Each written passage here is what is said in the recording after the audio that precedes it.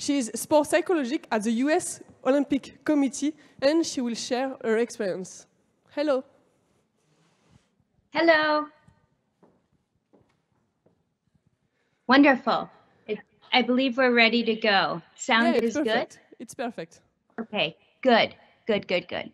So I'm going to go ahead and make this smaller for us and bring us through a quick presentation. I understand we don't have a lot of time together today, but I wanted to share a bit about my experience at the Olympic and Paralympic Games in Tokyo 2020.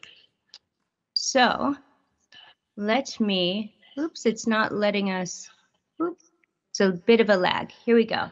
Okay, so the title of my presentation is Preparation for Tokyo 2020 Olympic and Paralympic Games, Managing Uncertainty. Thank you very much for having me. I'm excited to share a bit about the insights into the processes of preparing athletes, teams, and NGBs for a global international event in the midst of a pandemic. The thing that I think I want to start with is simply sharing that, I think we're all aware Olympic and Paralympic athletes experienced increased stress during the Olympic and Paralympic year.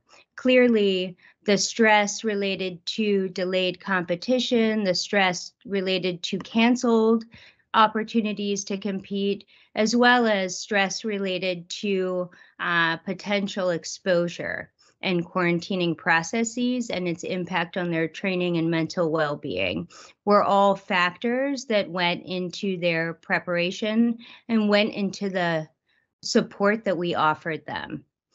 Preparing clearly for a postponed games during the pandemic created a bit of a pressure cooker for many athletes, teams, and national governing bodies, or NGBs. There were a variety of mental health concerns that emerged out of the preparation process and all of these factors coming together. The COVID pandemic not only impacted athletes in ways that you would almost expect during a period of stress, but also in unimaginable ways.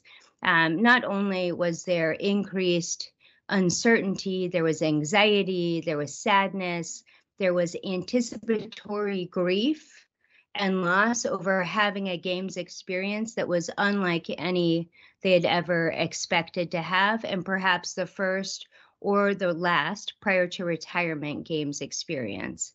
And of course, fear. What could happen during the process of traveling to Tokyo? What could happen during their experience while they were down in Tokyo, if they were housed in the Olympic Village or the Paralympic Village, what that would look like, and so on and so forth. Again, as I had mentioned, the series of canceled events or postponed events and lack of opportunities to earn points in order to qualify for Olympic or Paralympic teams, or the ability to really be able to gain that much needed race and competition experience, match, tournament experience, whatever it was, depending on the sport. Even if athletes had 10 years in their background, the lack of opportunity to compete prior to the games really added a significant amount of stress and anxiety and raised a number of questions for the athletes and teams.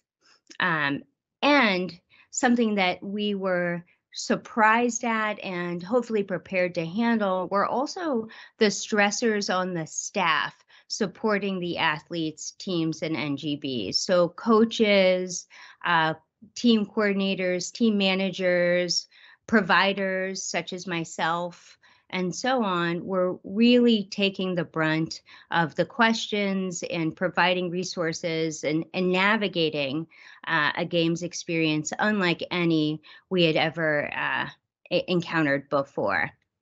So many of the approaches we took after lots of conversations and discussion, were to address the issues around transitioning back to in-person meetings from virtual sessions when able. However, for those of us that were at the Games, know that there were competition and training venues that were distal or away from the central hub of the Olympic and Paralympic Village. So those relationships, if we had been previously embedded in a team that was quite a ways away and we weren't able to travel to that venue or training location, we then had to figure out how to offer virtual sessions on top of the in-person meetings we were having at the village. Also, just the myriad of disruptions and distractions in what seemed like at times a chaotic or ever-changing environment was another issue we had to address. Disruptions and distractions were things like athletes being contact traced. So perhaps an athlete wasn't him or herself exposed directly to COVID or didn't test positive, but they may have been in a space near someone who had tested positive, or one person on a team tested positive and the entire team then would have to go into a period of isolation or quarantine in the middle of the Games. And the questions regarding whether or not they would be released to compete for a key event really caused a lot of anxiety and stress for a number of individuals impacted by the quarantining process. Of course, the complexities related to travel with teams while managing these restrictions. We have a number of minors on various teams in the Olympic and Paralympic U.S. delegation, and those individuals required a different level of support than our adult athletes. And so managing all of that, also creating this sort of quote unquote bubble environment where we were able to really try to protect our teams and NGBs from unnecessary exposure while not creating a situation to where they felt so isolated that they were unable to really experience a true Games. I think that factor of feeling like they're away from family and friends, they're not able to interact with other athletes from other countries that they normally get to interact with, the constant COVID testing, so that constant reminder that COVID and the pandemic was very real, still is very real, while staying focused on performance was a real challenge and a tightrope to walk.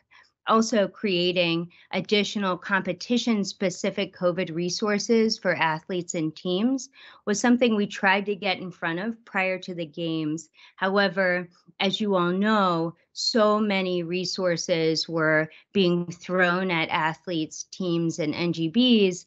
I think for many, it sort of felt like a data overload. For many, there was a sense of, gosh, this is so much information coming at me. I'm not sure that I am able to digest it all in a meaningful way. So that was another component to the preparation and really helping athletes, teams, and NGBs sort of navigate this unique experience. Let's see if it wants to go to the next slide. Aha, great. So another component, or some of the ways that we prepared our athletes, teams, and NGBs to address the unique challenges related to their specific roles. So we had a number of pre-Games meetings where we not only addressed some of the logistics and the moving parts surrounding their role at the Games or what they will be expected to do, as to the best of our knowledge. Of course, that changed often, but also helping them to prepare mentally. So really helping them to think through, okay, how can I be successful in a Games environment that's unlike any before, remembering that they two, have had a lot of experiences navigating uncertainty, and that's actually a normal part of sport to a certain extent, and building on that strength. So really helping athletes remember that they know how to manage uncertainty, because the outcome is never certain. You never know what can happen. So tapping into that strength was important in order for them to be able to go out, do their job, and be as successful as possible. Similarly with staff, helping staff who perhaps had to step into a role that they had never been in before, to really sort of mentally prepare for that and think about the ways that they can contribute in a meaningful and valuable way to our success as a delegation and to a successful games for all internationally. Also having lots of conversations around diversity, protests, statements on the podium. Of course, there's always stuff happening in the background. Again, sort of reminding athletes and staff that this is not uncommon at any games. There's always, and even throughout the quad during their period of training and competing and preparation, there's always stuff happening in the background. So that is not new to them. However, some of those issues in this situation certainly affected our athletes much more personally, perhaps, than before. And certainly being aware of what was happening around the world while also trying to stay focused. So again, walking that tightrope of staying very focused on the task at hand, present, able to be nimble and mentally flexible, while also addressing other potential, we call them derailers or distractors from performance. Of course, right to compete issues came up, return to competition after many months of inconsistent training. Again, for some sports, the ability to have that consistency, particularly if you're talking about an endurance sport or a sport that requires a certain level, as do most of base fitness, sort of getting put into quarantine or isolation is really tough. How do you keep that training going? And at the games, certainly there were issues around figuring out strength and conditioning routines. If you have an athlete isolated in their room, how do we get them access to training equipment in order to be able to keep that base level of fitness in order to be successful? And then, of course, for us as sports psychologists, remembering how to integrate in a way that's seamless into field of play action. So we too had some rustiness in remembering, okay, oh gosh, this is how we navigate in-person meetings when we're in the field of play, when there's all this uncertainty, and when there's not the usual sort of level of people coming in and out. Because of this emphasis, and I mentioned it before, on creating these isolated bubbles, what happened was there was a lot less movement in and out of teams. So teams were not as accustomed to having, say, a sports psychologist flow in and out of competition. So remembering how to do that in a way that was seamless and additive rather than distracting was another challenge for managing uncertainty at this games. Please just do not share this information. I just wanted to highlight some of the trends and themes that came up from data collected during the games, both the Paralympic Games and the Olympic Tokyo 2020 Games. Many of our athletes, through self-report, talked about sleep disturbances. So these are percentages based on on a sport mental health assessment tool that we deployed to through our sports medicine to our Olympic and Paralympic athletes. And the percentages really reflect that an athlete scored higher than the standard cutoff score for a clinical diagnosis. However, many of the athletes didn't necessarily meet full threshold to be diagnosed with, say, a sleep disorder, but more so what they were endorsing were individual symptoms that indicated a trend towards, say, a sleep disturbance. So over 50% of Paralympic athletes and over 40% of Olympic athletes reported sleep disturbances. So difficulty getting comfortable at night, difficulty getting into a routine, difficulty getting the depth and quality of sleep that they need in order to perform. If you think about sports like swimming, for instance, where they're competing sometimes a couple times a day throughout the duration of the games, gosh, that's the ability to recover at night is absolutely essential. So, and sleep we know is really the best way to recover. So if over 50% and over 40% are endorsing difficulty sleeping, that's really good information for us beyond Tokyo, remembering, gosh, let's really pay attention to sleep and recovery for our athletes, teams, and NGBs. Also, for both Paralympic and Olympic athletes, over 50% struggled with eating. So again, disordered eating, we wouldn't say this is the athletes met clinical threshold for a diagnosis of an eating disorder, but rather many were endorsing struggles around getting the kind of nutrition they needed and fueling their bodies in a way that helped them to compete optimally. Many endorsed concerns of anxiety, over 20% in the Paralympic Games and over 10% of Olympic athletes. Similarly, 12% endorsed concerns, or over 10% endorsed concerns of depression for Paralympic athletes, and over 5% endorsed symptoms of depression. So anxiety and depression were mental health issues that we saw come up at the Games, in part the intense periods of isolation and quarantine, I think really unique to the COVID pandemic and having a Games while there's a pandemic happening, really exacerbated these numbers, drove them up significantly. You have athletes stuck in a room, maybe able to train minimally with whatever strength and conditioning equipment that they have in their room, but just a whole lot of time on their hands to overthink.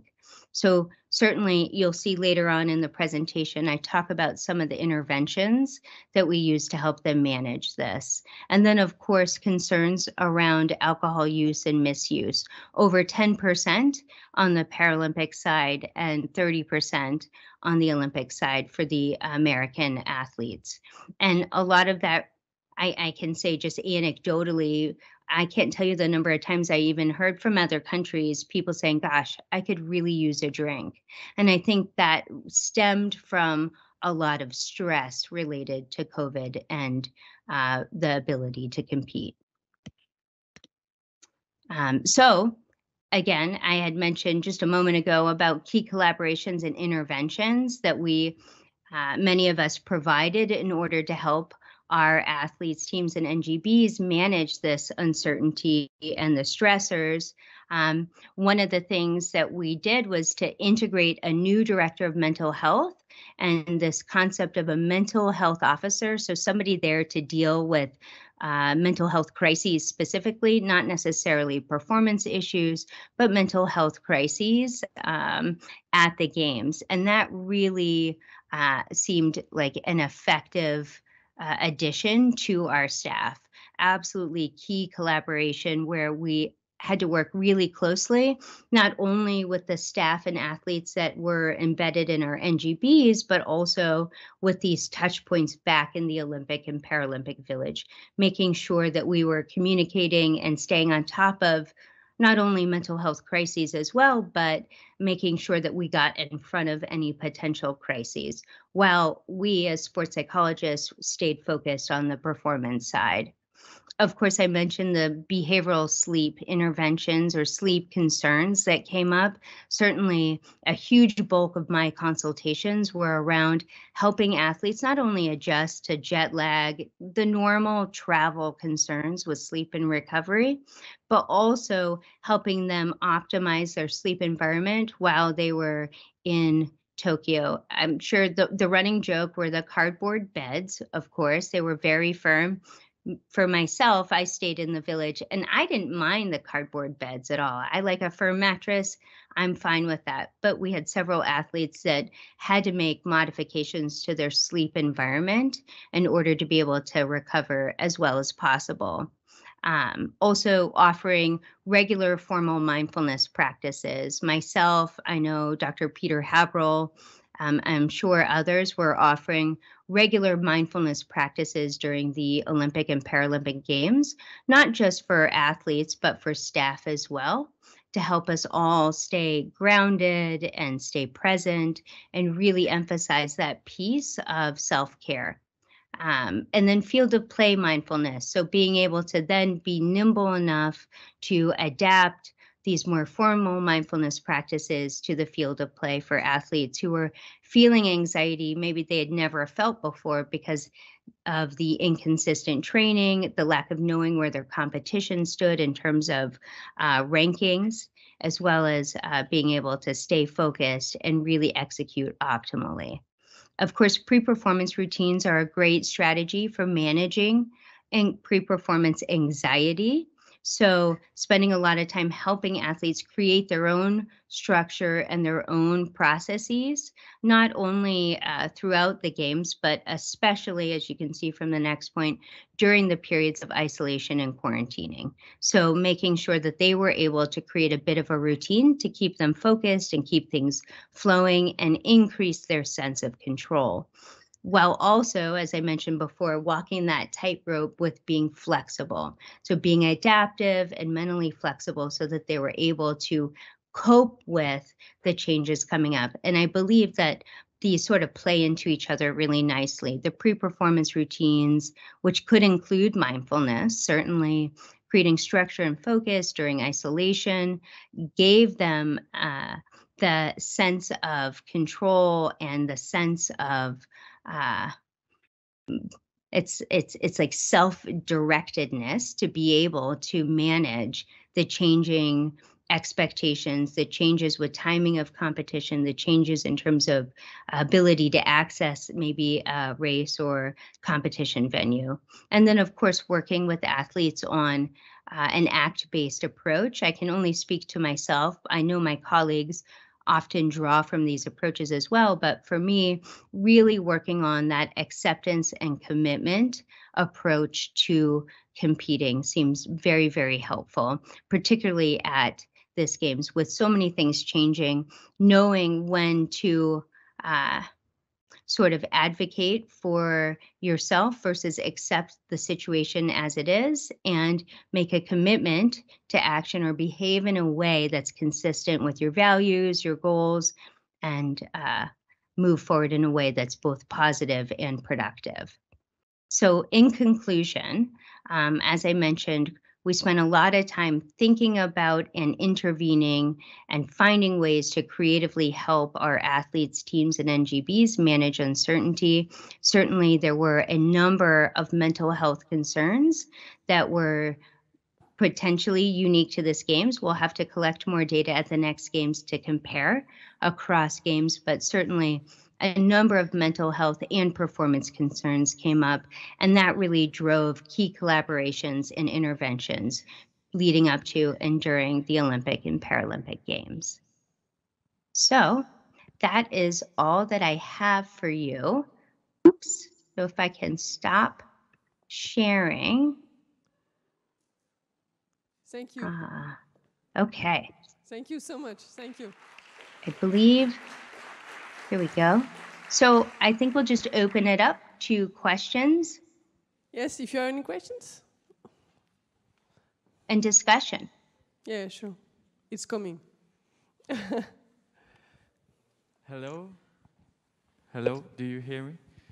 I don't know if anyone's speaking, but I can't hear you. You can try. It's going good. Hello, so we all remember a sad moment that happened during the gymnastic competition. I'm talking about the Simon Biles case. This moment highlights to all spectators the importance of sport psychology and mental preparation. And can you comment on this case, and do you think she took the right decision? Thanks. I'm sorry, I don't know if anyone's speaking at this moment. Yes, there is one question about Simone Biles. Maybe you can hear me better.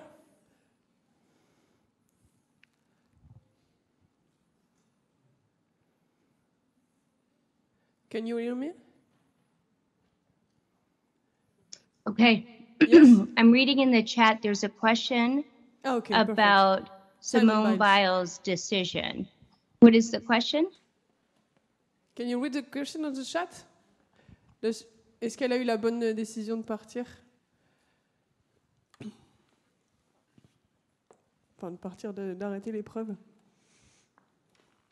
Do I believe she took the right decision? I believe that any athlete who is taking care of their mental well-being is absolutely making the right decision. I think it's up to them to decide where their threshold is and what they need. And, you know, there could be performance issues, there could be mental health issues regardless. I think, you know, we absolutely support athletes doing the right thing for themselves. And if they need to take a pause, they need to press pause, then we absolutely support that. That is a priority and one of the core values at the U.S. Olympic Committee. Okay. Is there any questions? So I'll wait for the next question.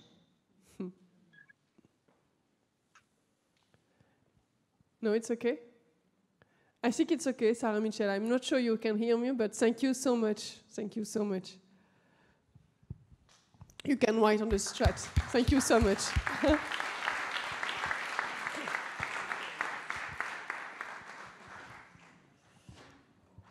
Okay, wonderful. Thank you so much for your time. I really appreciate you having me virtually present at this conference. It looks like a wonderful group of professionals, and I hope to one day see you all in person very soon. So thank you so much for your time. Thank you. Thank you very much. Thank you.